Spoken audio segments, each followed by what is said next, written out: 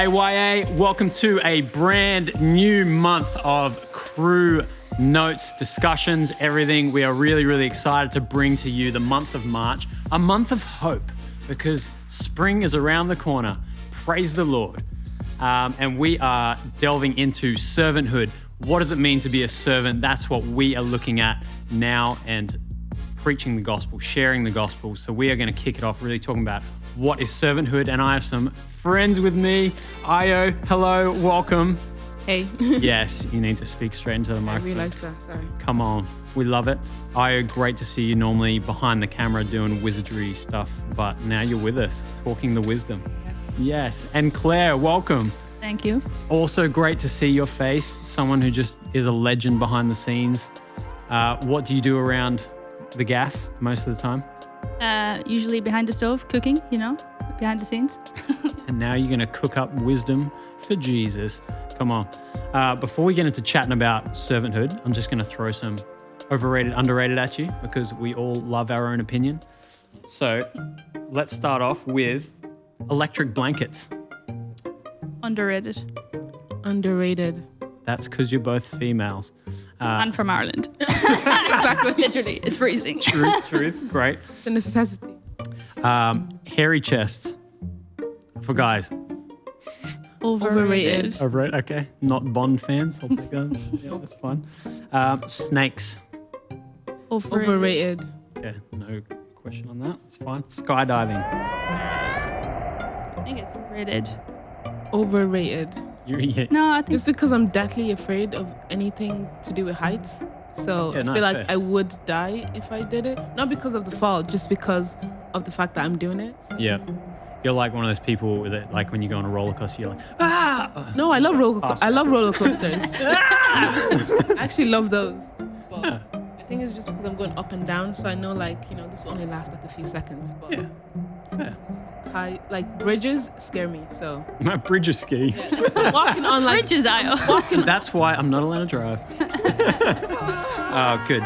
So this week's servanthood, I really love it because we get to frame it and, really put this out there. And, this is us serving others. So, in essence, servanthood is like living a life beyond our own selfish ambitions, like what we want. And it's like setting aside our desires so that we can actually put others first, So like Jesus gives us the ultimate example of just he gave his life for us, which is unbelievable. And I think there's just whenever I think of servanthood, I don't know about you guys, but there's always just people that come to mind of just that always just set such examples for us. But in Philippians, it says, do not do anything out of selfish ambition or vain conceit. Rather, in humility, value others above yourselves, not looking to your own interests, but each of you to the interest of others. Io, I'm going to chuck a question to you. So, how can we actually, do we have to lower ourselves to put others first? And what does it actually look like to live a life of benefit to other people? yeah, that's actually a good question. I was just thinking the word you said, lower yourself. I think it's just a weird way because I feel I disagree with that term, lowering yourselves.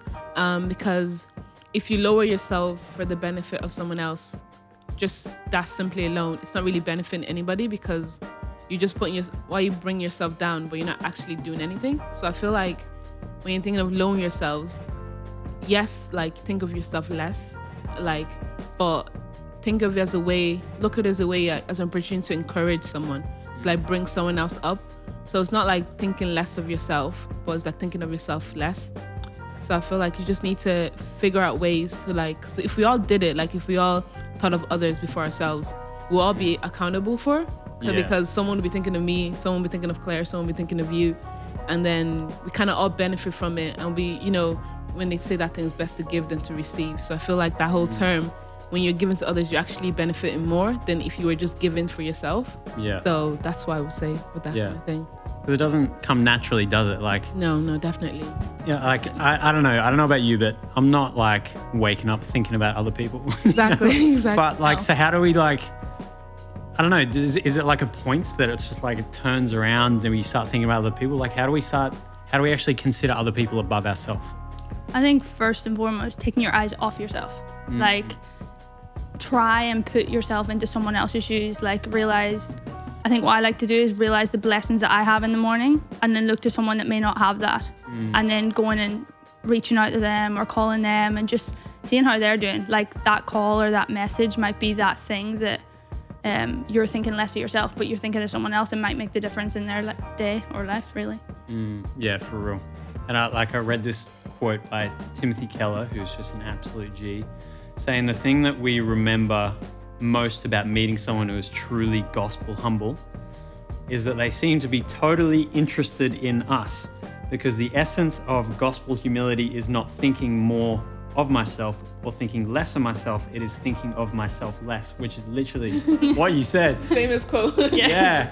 You've been in Timothy Keller's books. Quote. Yeah. Or he's been in your brain. I don't know, like, It's a famous quote, so I know the term. yeah. Oh, it's so good. But like, does that mean that we have to like give up our aspirations? Like, if, you know, Jesus says we need to lower ourselves, like, how do we still like have our own like personal aspirations yet live a life for other people?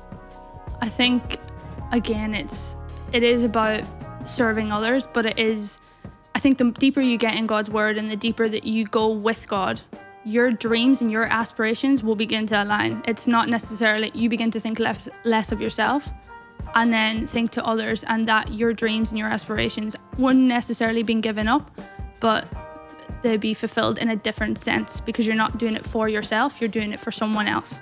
And it doesn't become your dream, it becomes a collective dream and a collective mission for something else and something bigger. Kind of like that feeling of like, oh, if I need to live a life for other people, I have to kind of give up my aspirations. But yeah, it's like, do we have to give up our aspirations?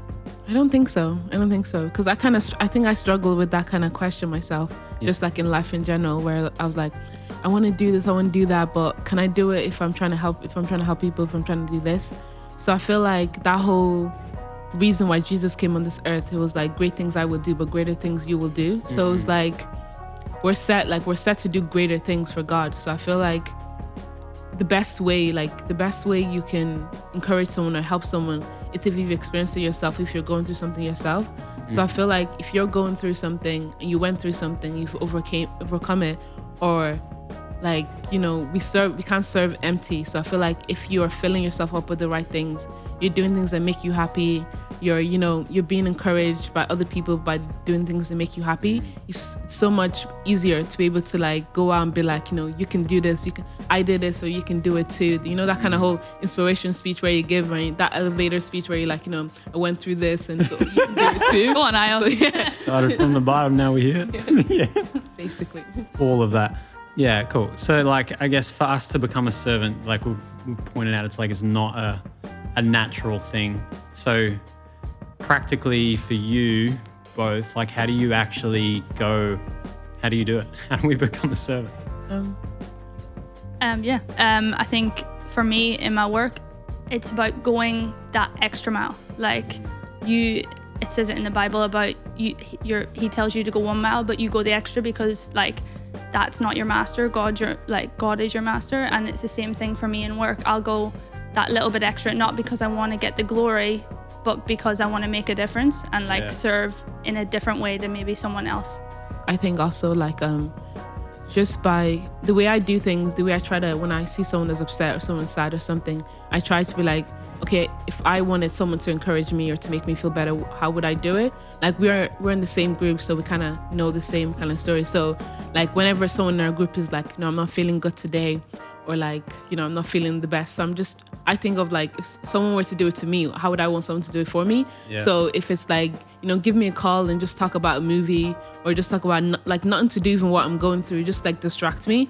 That's the way like I like to handle some stuff sometimes. So I do the same for someone else. I'm like, okay, yeah, let's just talk about movie, or how was your day, or what have you been doing? Just kind of random stuff, because it's just doing whatever I think is good for me. I kind of try to do it for others, because, you know, I think that's really good, like what you said, because that's like giving of your time and your energy, which is something that is like, you can't really measure sometimes, which I think is unreal. It's like such a different view of giving, where we think it has to be like something physical and seen. Yeah.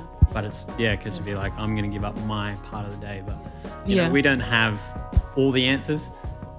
as always, this is a discussion for you guys to keep having in your cruise. So you've got the questions, you've got notes there, just like flesh it out. Have fun as always. Have fun. Have fun. And enjoy your cruise. We'll see you soon. Wave to them. Wave to them.